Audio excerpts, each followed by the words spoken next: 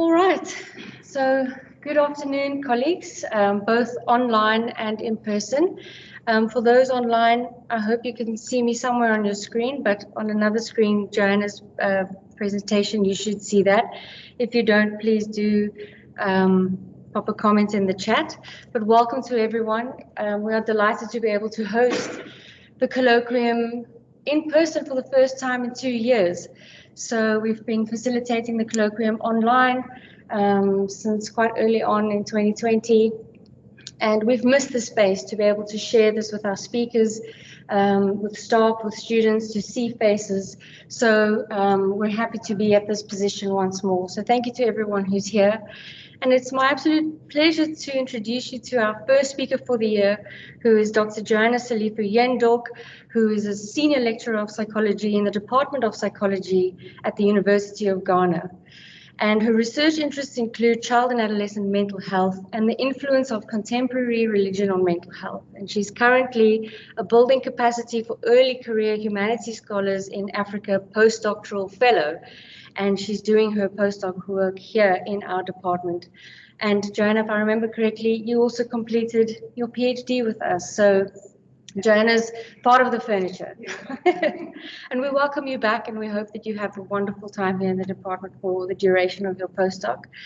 And a lot of your current work focuses on child marriage and adolescent gambling in the Ghanaian context, which is also part of your talk for today. So thank you very much, Joanna. I'm going to now hand over to you. And I'm going to just make sure you're all set up here. And there we go. So over to you. Can I take my mask off? Yes. Okay. Thank you. Thank you very much, and I am happy to be back. So like she said, Stellenbosch University is a place where I kind of developed my purpose. I had always known that I wanted to study child and adolescent population, but as to what about them, I didn't know until I came here. So, and after that, I've realized that I've been studying different categories of children, and what I've been doing literally is to tell their stories. And in 2020, I thought that I've been telling enough stories and I've been making enough recommendations. So it is time for me to do something about it. So today I actually wanted to tell you the entire story, but Bronwyn gave me only 30 minutes. So today I will only focus on child marriage. And the title of my presentation is Researching Child Marriage in Ghana Towards an Intervention for Wellbeing. So the purpose of my presentation today is to share with you a series of research that we've been doing with this particular population, and also to take you through where we are going. And so that aspect will, in terms of sharing with you the research that we've done, will address the researching child marriage bit of the topic. And in terms of where we are going, we'll address the towards an intervention bit of the topic. So child marriage is defined as any marriage or union that occurs when one or both spouse is under 18 years. And globally, about 650 million women alive were married before their 18th birthday, and as many as 250 million women were married before their 15th birthday. The practice affects both boys and girls, but girls are more affected than boys. And a lot of the research also shows that sometimes the parents force the girls into these marriages, and the practice is highest in the northern and sub-Saharan Africa. In the developing countries, about 1 in 3 girls marry before their 18th birthday, and 1 in 9 before their 15th birthday. Of the 41 countries that practice child marriage, as many as 30 of them are in Africa. This is the reason why we need to take the issue seriously in our context.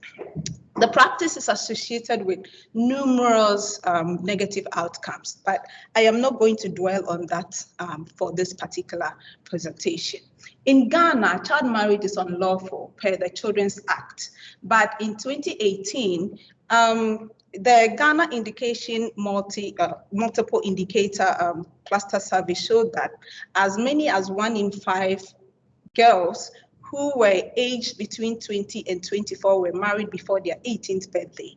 and 1 in 20 married before their 15th birthday. The practice is common in the northern, is highest in the northern part of the country and lowest in the Greater Accra region.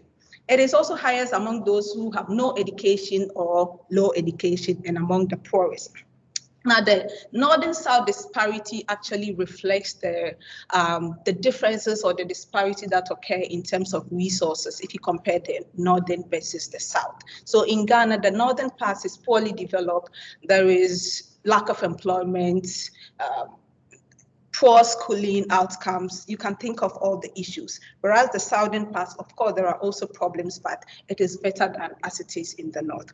And in terms of what really causes or what factors are responsible for child marriage, a lot of factors have been found, but majority of them focus on strong traditional practices, religion, poverty, education, and gender. And I'm going to expand on these factors as I do the presentation today.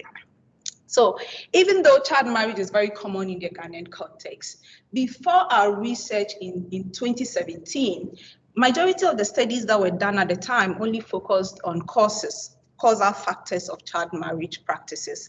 And about 2 of them also looked at the negative consequences on the married girl. But no study at the time had actually looked at the mental health implications of marrying early for the girl child. And we also believe that the studies before 2017 had been too narrow. The focus had always been on the girls. We need to go beyond that if we want to fully comprehend the child marriage and why it keeps on happening. And also, if we want to do something about it, we can't just focus on the girls. We need to go beyond that. And so that is why the ecological systems theory becomes relevant. They need to look at various systems and what factors within them are actually contributing to the practice and how we can harness strength within these systems to build an intervention that will lead to total eradication as well as improving the well-being of the girls. And the question again for us is that when we use the law, we have child marriage, but when we go to the community, do we really have child marriage? The story might not be the same. And so if we really want to deal with this issue, we need to understand what early marriage really means to the communities that practice child marriage. And so our research actually attempted to go beyond the girl child and even go beyond the family to look at various stakeholders that we think have something to do with the practice and try to understand what their perspectives are.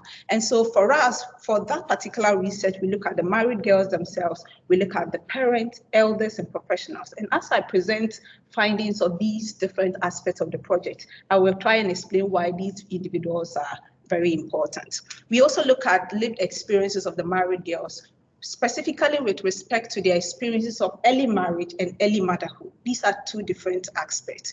And we also looked at some protective factors. Our project has mainly been explorative in nature because the area hasn't been well researched. And again, we don't have enough resources. We've so far focused on the northern region of Ghana. So this project looked at 21 married girls, 7 elders, 8 parents, and 9 staff of NGOs in social welfare. There was just a little bit of quantitative part of this project, but for that particular one, we look at 100 girls. It wasn't as big as the qualitative part. So the first strand of findings had to do with the girls' perspective of the timing of their marriage. Do they think that they married early as we think they did? Or do they think that their marriage came at the right time? So of the 21 girls that we interviewed, 11 of them said, indeed, my marriage was early. And these girls were quick to mention that it shouldn't have happened. They were full of regret. The dreams that they thought they were going to have after getting married actually didn't happen. They were remorseful, and I believe that I would explain that very soon.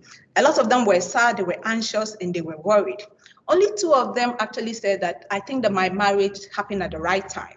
And if you look at the account of these girls, they felt they had no control over when they were supposed to marry. First of all, one of them mentioned that marriage is an issue of destiny. I can't really tell when it will come, and I can't stop it when it comes. The other lady also said that this is something very common in my community, so I don't really know what you're talking about. It is not early, because girls my age marry around the same time. So for me, it occurred to me that these girls actually learn the negative implications of early marriage only when they get married and not before. And you could tell from the stories that they shared. And sometimes it also occurred to me that these girls actually have a choice. It's not all the time that they were forced into the marriage. They have choices, but they choose what they thought was right for them. And the role of societal practices is also very influential. So as we journey towards developing an intervention, we need to really pay attention to these perceptions and how we can change them in order to get to the root, to eradicate the practice from the cultural domain. We were also interested in understanding the girls' motivation for marrying early. And there were personal reasons, interesting ones. So these girls wanted, some of them wanted children, some of them thought they were not doing anything, they were idle, they were not in school, they were not learning they were not learning a trade, and therefore marriage was the ideal way to spend their life. And a lot of them also compared themselves with their colleagues. So I am 13 years, and again, when I present the views on the elders, you understand why if I'm 13 and I'm not married, it will be a problem. So they do peer comparison, and therefore they feel compelled to also get married the same age as their colleagues. And the issue of love, some of them felt that they were in love with their spouse. Economic reasons also emerged. Poverty was a big factor, and the fact that they were looking for a better life from marriage, and some of them were actually enticed by men. It was interesting for me to learn that one participant was enticed by yogurt. So in Ghana, we have this sachet of yogurt. It's 1 cedi, 50 pesos. I don't know how that translates in rand. So small. I don't even know what it can buy here. It's so little. Then a girl will be happy to get a piece of yogurt just to get married. So that is how serious the issue is. In terms of sociocultural factors, teenage pregnancy was a huge factor for several reasons. Number one, when the girls get pregnant out of wedlock, the societal way, the religious way of dealing with the problem is to marry the girls off. Number one, because it was a way to manage the shame that will come onto the family. It was a way to also adhere or appease the patriarchal norms that occurs in the context, because the unborn child was perceived to belong to the man who impregnated the child. So in their own words, when the girl gets pregnant, the girl will have to carry the man's thing to him. And there's no way the pregnancy can go without a child following. So that is how teenage pregnancy plays a role. And there were family pressures, and sometimes these girls also get married because they have no parent to care for them. And so marriage becomes a very good area to seek for support and help. Religion and also societal views on marriage. I will not explain that until I get to the elders' perspective. So as we journey towards intervention, it is important for us to pay attention to these factors if we really want to prevent girls from getting married. And the question for me is also that, given that these girls had a positive reason, in quotes, why they wanted to get married, or they had their own reasons for wanting to get married early, is it possible for us to make early marriage unattractive to them as we journey towards intervention? So these are some reflections that I have. We were also interested in their experiences of early marriage and early parenthood. And in terms of positive experiences, social recognition was such a big deal. A participant once said, when I'm going about and I wear my veil, people look at me and then it's so nice. You know, they refer to me as this person's wife. So that was so prestigious for these girls to be married, to wear that veil to signify that they were married. And also remember that some of them went into the marriage because they were poor. So they felt that their needs were satisfied. Again, if they get a piece of yogurt, or when their husbands buy them food, provide them clothing, it was enough for them. There were also availability of financial support to these girls and presence of spousal support. But it is also important for me to mention that there were participants who said, it's been so terrible, I've not had any positive experience. And in terms of negative experiences, financial difficulties were mentioned, restrictions in the sense that the girls had no autonomy. They couldn't go out when they wanted. They couldn't mingle with whoever they wanted. They couldn't pursue whatever dreams unless the husbands approved. Sometimes the husband and the husband's family. Relational conflict was also very common. Abuse and stressful chores. Now, stressful chores look like this. So the girls are usually married into the husband's family. So the husband and the parent and siblings and other extended families are all in the big compound.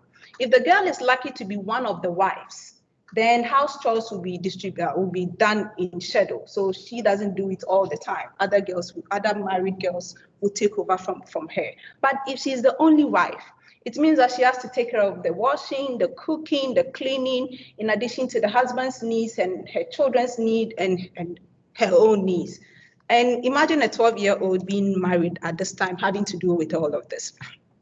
There's this study that I've been invited to review. So one of the questions that some of the interventions attempt to do is to get the girls back to school after they are married. Now, the question is, why are they not able to get married? In addition to all the interesting reasons that they share, what stood out for me was the issue of house chores. So the girl said, nobody will tell you, even if they don't tell you not to go to school, you will stop by yourself. Because before you leave for school, you have to cook and clean, sometimes wash. By the time you get to school, you are so tired. You won't listen, you won't hear anything the teacher will say. You go to school, you are sleeping, you are failing your exam, so nobody will force you to stop school. If they don't stop you, you will have to stop yourself because of the house chores. It is so stressful for these girls. But as we journey towards interventions, the question is, before we get to the point where we totally eradicate child marriage, we need to begin to think about how to help the girls cope with the challenges that they are already in. Because they are there and there's no going back unless death do them part.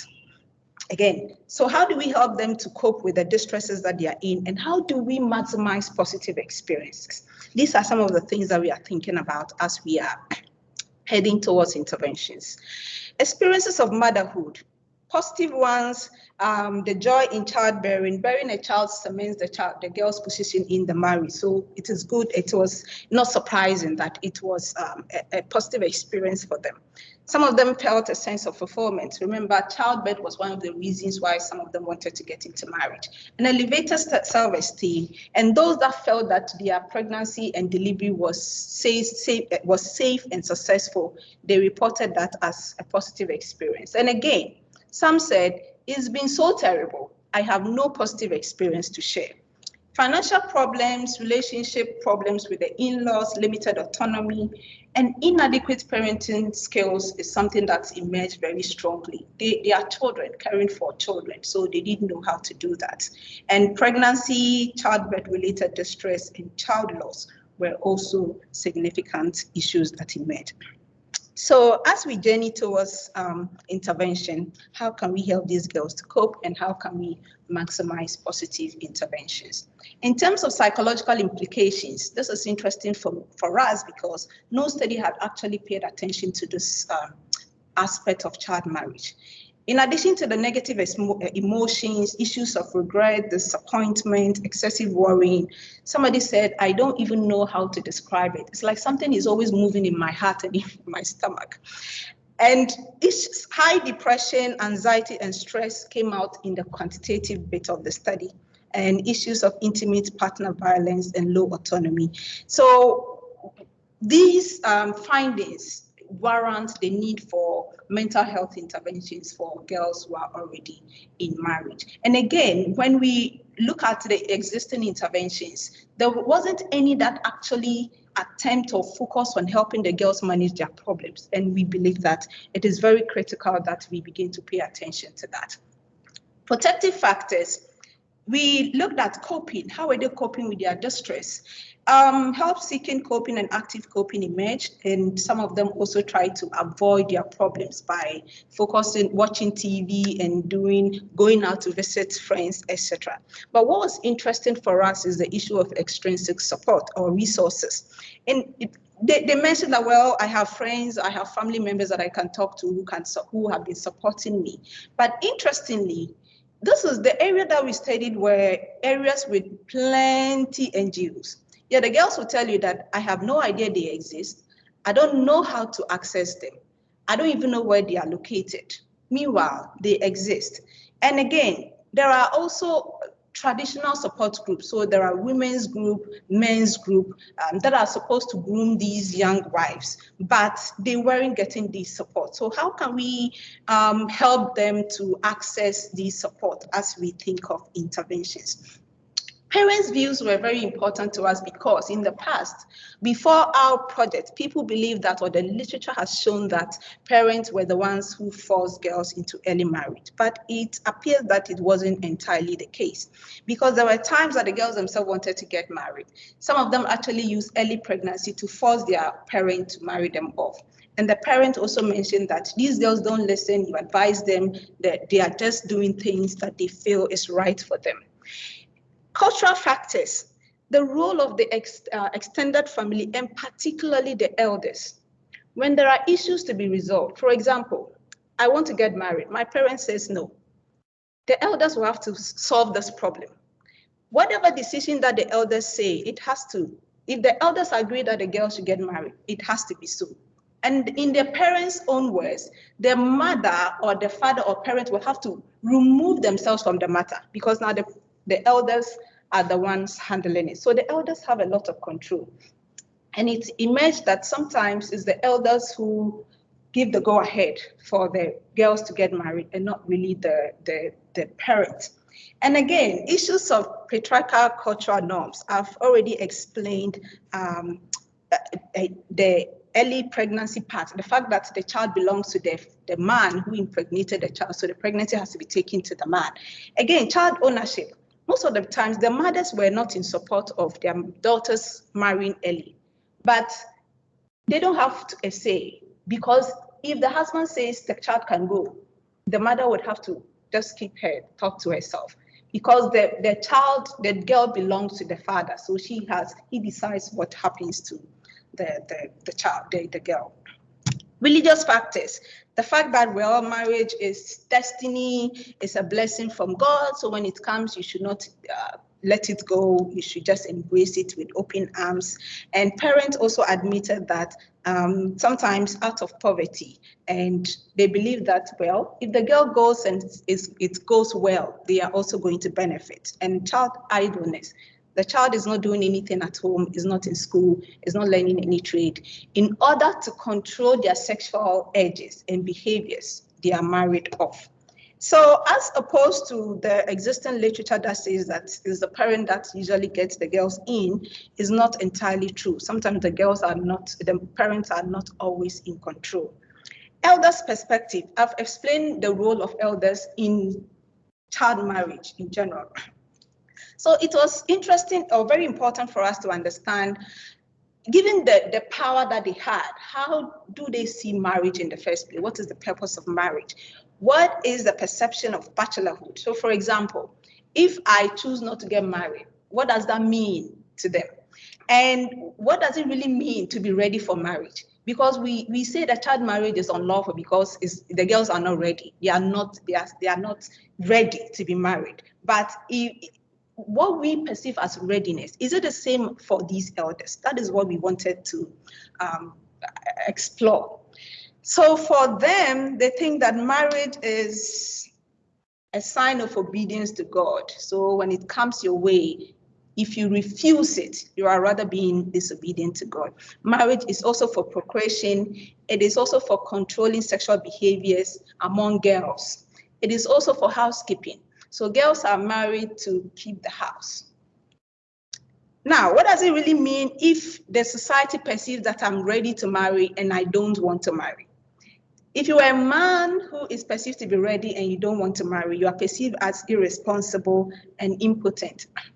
If you're a woman who is perceived to be ready and you choose to stay single, you are seen as sexually immature or infertile, that you are somebody who is not, you won't be a submissive person. You are disrespectful towards men. And also that you may be spiritually possessed. So you can understand why the girls will compare themselves with their mates in the society. Because if I am perceived to be ready and I am not married, this is what they think of me. Therefore, I should want to pursue this in order to be accepted and to get the prestige that comes with marriage. And what does it really mean to be ready for marriage? If you are a man, it is perceived that you should be economically independent. I wish I could delve into that, what that really means. I'm sure you are thinking of, okay, you should have a good job, you should be able to rent, etc. But it's not really like that. There's no renting here because they live in the family house. They don't pay land titles or whatever. And food is not as expensive as you are thinking. Most of them don't pay school fees. They don't take care of the wife. So anyway, awareness of sexual desires. You should be able to tell when you are sexually aroused. These are the two criteria for men. For women, menstruation. Number 2, secondary sexual characteristics. Number 3, if you can do house chores. These 3. Every other thing is not important. And we know that by between 11 and 12, girls are already menstruating. 11 and 12, they are showing secondary sexual characteristics. And in the northern Ghana, by 10, you should be able to cook, clean, so that is really not a problem.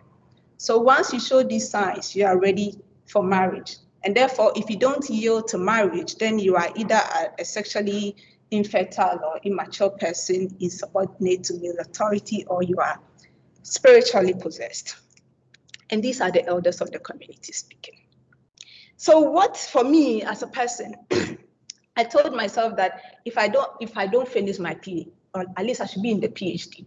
I should be able to care for myself. I should be earning. I should feel ready. So, all of those things don't matter. It is these basic things that I look out for deciding who is ready. We also studied professionals. These are the people who manages the affairs of married girls. And we wanted to understand what their thoughts on early marriage means. And the issues that they described were not very different from what we know, except for these 2 factors, bride abduction and social events. So this is how bride abduction works. I see a young girl, the man who sees a young girl that he likes, he kidnaps the girl, take the girl to his family, and he sends words to the girl's family that I've seen your daughter, I like her, I've kidnapped her. I'm not bringing her back. Tell me what I need to pay in order to cement the process. So the man just pays the bride price, and then that is it. So bride abduction is actually fueling child marriage in these contexts. And social events. So according to these professionals, parties, wild parties that goes deep into the night at dawn. And so girls get involved with boys, there's teenage pregnancy, and of course, early marriage tend to follow. And impact is not very different from what we know. In terms of intervention, the interventions that they mentioned for us, it appears that they were very preventive in nature. They don't really provide support when marriage actually occurs. And the challenges that they share were so many that they believe they could do more, but they can't. And again, it doesn't focus on empowerment. There's no any focus on strength and how that could be developed among these girls. So even though so much has been done, our group has done so much, a little has been done beyond our group. Now it looks like some attention is being paid to child marriage in the Ghanaian context. But what is very key for us is that, yes, now we know what everybody is saying. We know how everybody is contributing to the problem. But we have all seemed to forget about certain key people in this whole problem. The men who marry the young girls, the boys who are groomed to marry the young girls, and the unmarried adolescents who are the target of early marriage. Nobody has really paid attention to them. So we can't really solve this problem if we don't focus on these people. So this is a very huge gap in the existing literature. And what we've done, or what has been done so far, has been very small scale research There's no focus on strength. Again, studies don't really focus on immediate effect, and the interventions have a lot of issues. And even the studies that we've done already, we still have so many unanswered questions. So we can't really say we are done, but we are nowhere when it comes to child marriage research and solving the problem. So before we developed our research, what I'm about to share with you, we also did a community engagement. So this was in 2021. We wanted to understand whether there's still something that we haven't paid attention to as we develop this project. I mean, one of the things that stood out that we hadn't seen in the previous project was the issue of stigma and discrimination from the community members and sadly from the health professionals. So these girls are labeled as child wives. And so when they get to the hospitals, they are very annoying to these professionals. So they label them, they call them names and treat them in a very negative way. So the girls reported that now they don't feel like going to the hospital because of all these experiences. So when they are not well, some of them resort to self-medication, which can be harmful. So this is a group that we hadn't really thought of, the health professionals. We hadn't thought of them at all. But this engagement also helped us to know that we think we are getting somewhere, but indeed, we still have a long distance ahead of us. So our project is going to be, it has 3 phases. In phase 1, we are dreaming really big, and I know that you see how big it is. In phase 1, we are hoping to do a longitudinal research with the married girls, and we are targeting 600 girls, and from the 5 northern regions in Ghana, and it's going to be a 4-wave longitudinal research. We are targeting to use questionnaires to target mental health indicators that we have identified in the previous studies. A lot of them. We're also hoping to use interviews and some focus group discussions at this stage. And the aim is to explore risks and protective factors that are driving specifically the mental health aspect of married adolescent girls. In phase 2, we are looking to collect data from concurrent stakeholders. For married adolescents, unmarried adolescents and boys, we are hoping to use the participatory action research to gather information from these 3 groups. So adolescent girls, unmarried adolescent girls, and also unmarried boys.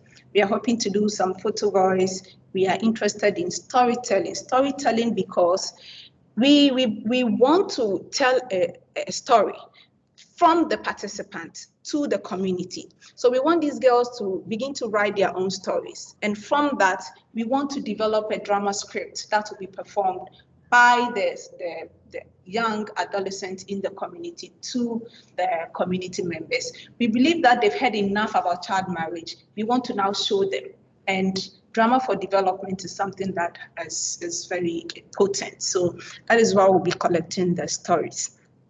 And along the way, we will be doing interviews with men who are married to adolescent girls, men who married adult women. We want to compare their experiences.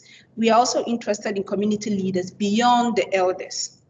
We are also interested in married adolescent girls, professionals, and health workers because of what we found from the community engagement. And the goal here is to understand the drivers of child marriage from even broader perspective than what we've already had.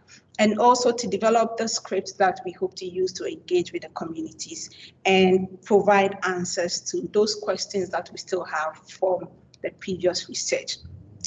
Now, this is where it even gets bigger. We are also looking to do interventions in phase 3, and this intervention is, we want to target everybody. And I know now that I'm saying it, it sounds crazy. We want to target everybody. And we are hoping it's going to be comprehensive and it's also going to be sustainable.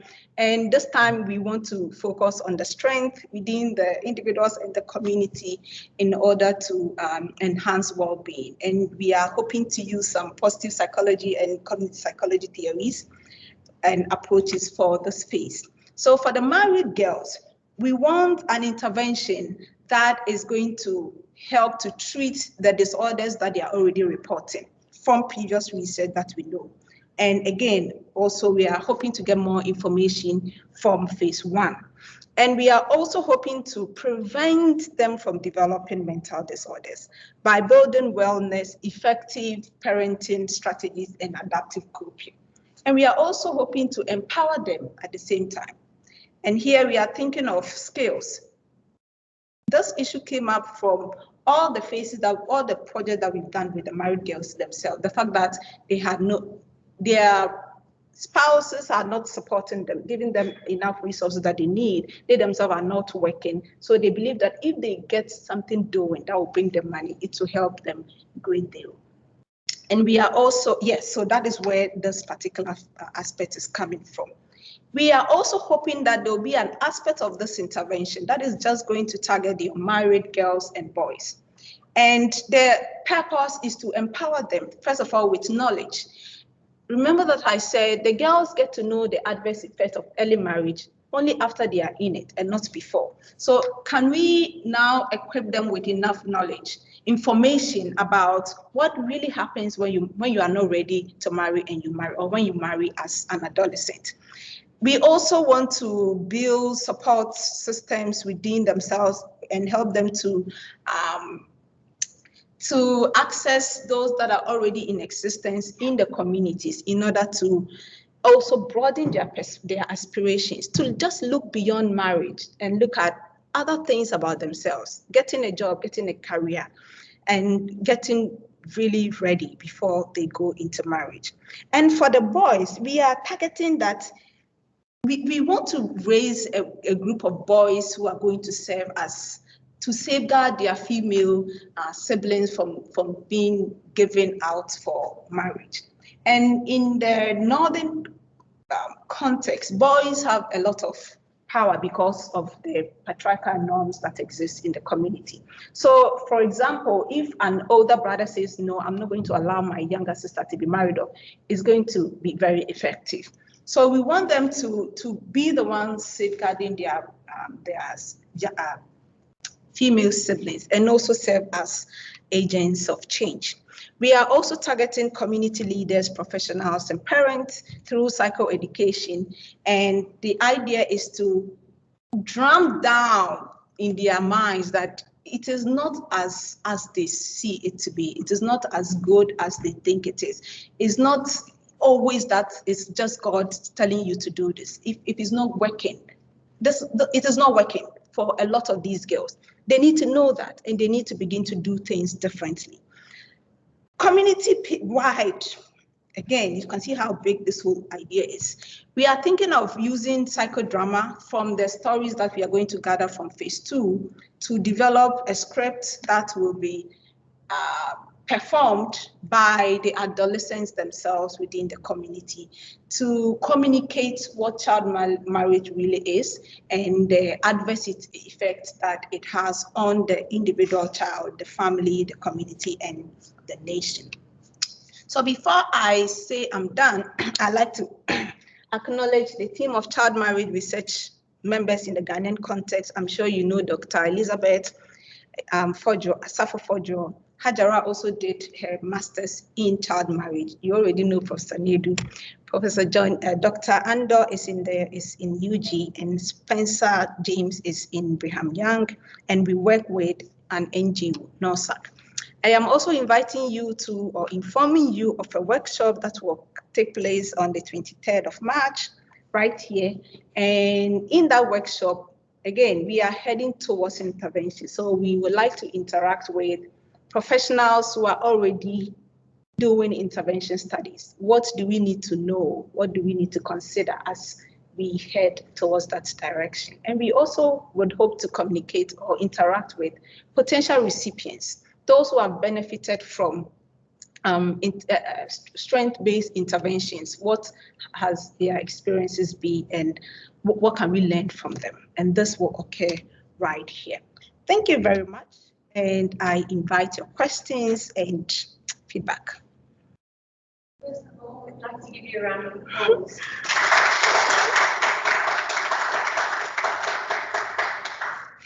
Joanna, that's certainly a substantial body of work, an even greater body of work that lies ahead of you. Yeah. Certainly relevant and important work. And so I would like to invite our colleagues to have any questions or comments for Joanna about the work she's presented on and what the work she proposes to do.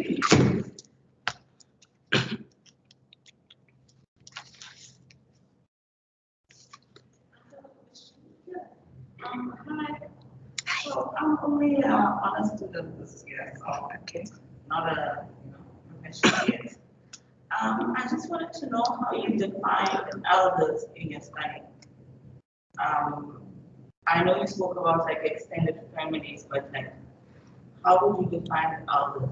How do you define elders? Okay. So using the academic definition, we use the World Health Organization's definition of who an African elder is. By age is somebody who is 55 years and above. But elders in the Ghanaian community.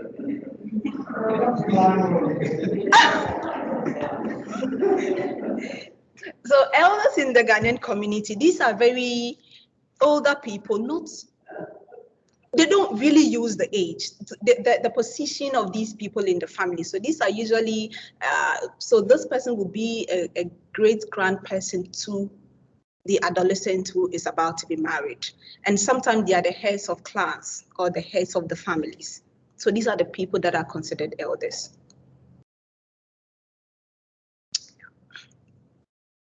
I have some questions. Yes. First of all, thank you for this. It's great. There's a lot of problem in several countries. The second child marriage is Zimbabwe. Yeah. South Africa is South. Yeah. Eastern provinces. So this is important. So first suggestion, last week I spent 2 days with the group at MRC's Medical Research Council. Okay. The gender and health. Okay. Yeah. But we review stockholders, and they are very good interventions. We understand. Okay. We contact with the director, in particular from Naima Abrams. But there are people who should they deal with gender-based violence. Please, what's the organization's name? Medical Research Council. Medical. SA and Research Council. The name is called Gender and Health. Okay. The director is Naima Abrams. Thank you. The two people. She directed a man called Yanis. I can say the names. Okay. To find it. They're really good. Great. And there are other people who, so they, as an overlap, gender-based violence and child marriage. But also, the comment is, I think the intervention is too big. Yeah. Yeah. What are modified things? What are the outcomes Yeah. you see? Because otherwise you will stop Yeah. a lot, not getting. Yeah. So let's understand. Your study is calling out for your studies. For feminist perspective, I mean, it just says, and I did hear you mention directly, it's saying one of the things is young women, is children, but also the boys that need feminist education, the pro-feminist education, because you mentioned choices and autonomy, decision making. If you want girls for long, in fact, from what I married, that marriage is a horrible thing. Global. Yeah. because the wife is a subordinate position all the time. Yeah. The idea that you can equal marriage life is how do I do equal partners? Most men, not that global. So my kind of pockets, which is what I study. Right? I study other families. How do we become most you subdivide the tasks. You say, I could include the dishes, take children to school, and then because it's a lifelong. So it says that one understanding of family, Ghanaians, Africa, South Africa, and Chimamanda was a little tiny book, Dear Ijuwela, how to raise the country. It's fantastic education to them, to children young. Otherwise, they're gonna struggle for their lifetimes. So don't ask the question. No, I wouldn't. I just wanted to admit that it is infused in it, because issues of aspiration. How do you teach aspiration, assertiveness, if you are not going to touch on feminism in this girl? So it is in it. And in fact, in Elizabeth's work, feminist constructs were used to frame the research. So it is there. But yes, I agree. I should have made it more obvious. Thank you very much for that. Yes. Joana, I asked you this before and I'm asking it again. Why are you asking it again? Because I need to understand why it's like, why can't you get them divorced? Why can't they leave the marriage and go on having children? Why do you have to stay? We've already talked about all these negative consequences of them, and you want them to spend the rest of their lives like this. Why? Why? That is a suicidal question. Like, you want to kill me. You want me to kill myself. That's what I'm saying. Suicidal. Again, you are a Ghanaian, right? You know the cultural perspective on divorce. You can't divorce. Again, you are highly educated, you are empowered, so you can say that, but the girls don't see that they have any choice. Number one. Number two, look at the position of these girls in the marriage, and look at the position of women in the cultural context in which the study was done. Again, who are you as a researcher to go and suggest divorce to people who are already married? You can hint of how best to manage their distresses. And again, maybe suggest that, well, since if you try ABC and it's not working, what about getting out of it? But I don't think that it would be ethical for any researcher to openly suggest divorce to participants. So that is my stand on this. I'm trying not to kill myself. Yes. Thanks very much. It's really interesting. Study. As you were doing this presentation, I was wondering how you, as researchers of the senior community, because there's such really major counter narrative that you really hear. Exactly.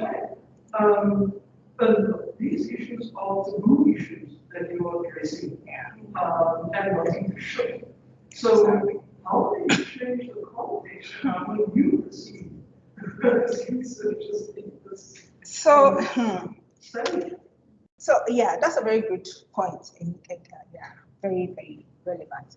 We were perceived as, I remember Elizabeth shared an experience with us of she wanting to interview one of the elders, and then he went like, you are still a child, so come and let me educate you. So, but again, the girls themselves felt that we don't understand their situation. We are already, they perceived the researchers as rich people who are already accomplished and therefore can't really appreciate their concerns.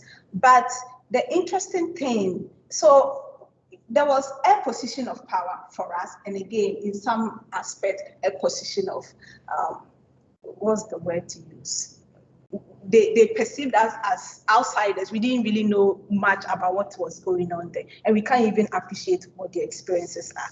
But the interesting thing for me to say is that it will also interest you to note that there were some community members who thought that, yeah, these are the kind of people we need to come and tell the girls that this is not the way to go. So we had both. Our position was at a point advantageous and at a point also a disadvantage one for us. Thank you so much. I think this is such important work for women. You know, it's really important that we support young women. So a couple of weeks ago, I watched this BBC report, and they interviewed a mother who had sold a 2-year-old daughter to be a bride before she needed food. You know, there's no agency, people are desperate. Yeah. I feel like in your study, there's some sort of agency. Yeah. Can you speak to me a bit more about that agency? And also I feel like perhaps the young women have some agency. And what's their desire to act on that agency? So that's a very good point. I remember that when we were asking about protective resources, how do they manage? One of the issues that came up was the fact that the issue of autonomy. So in as much as they admit that they had no autonomy, some of them agree that it was okay for a married girl not to interact with other people because then she'll be tempted to have an extramarital affairs. We have a few girls who said, no, this is completely wrong. This is something that it shouldn't happen. The girls must have a choice. But it's agency in that sense, but it could also be risky for these girls. Because if you put yourself across as somebody who knows her right, who knows what to do and want to do things her own way, that will be perceived as a sign of disrespect, and girls are punished for that. So some of them had this sense of agency, but showing it and actually putting it into practice is another ballgame.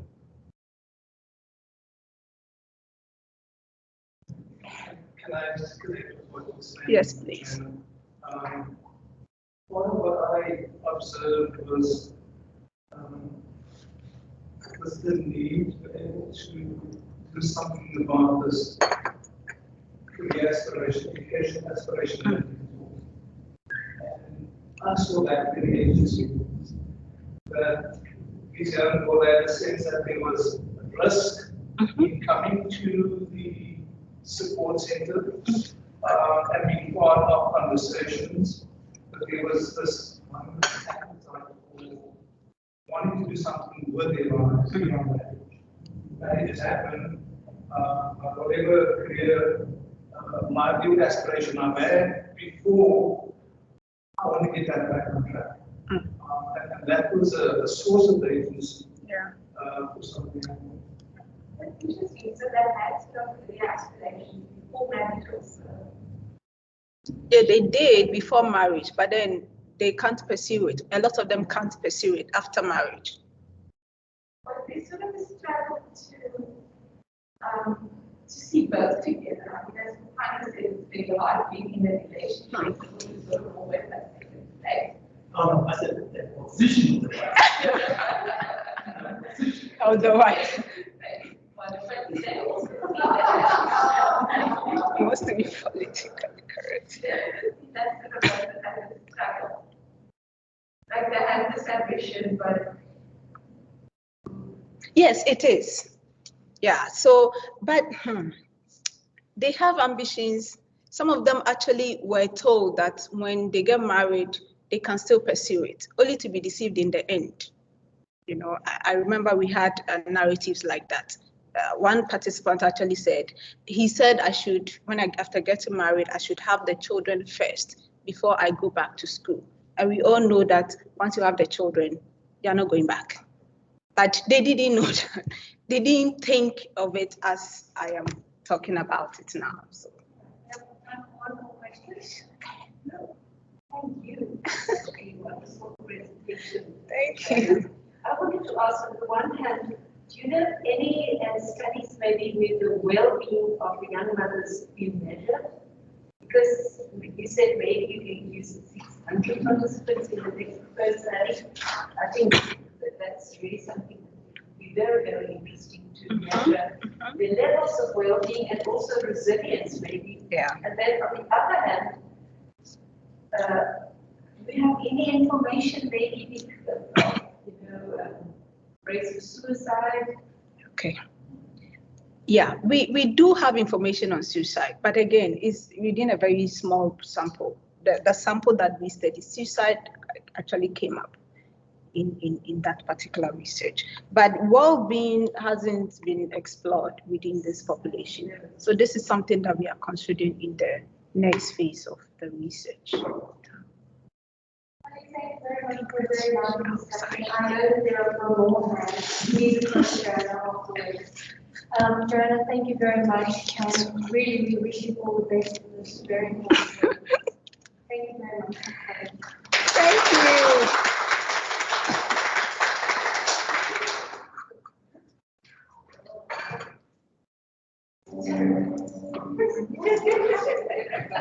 She's not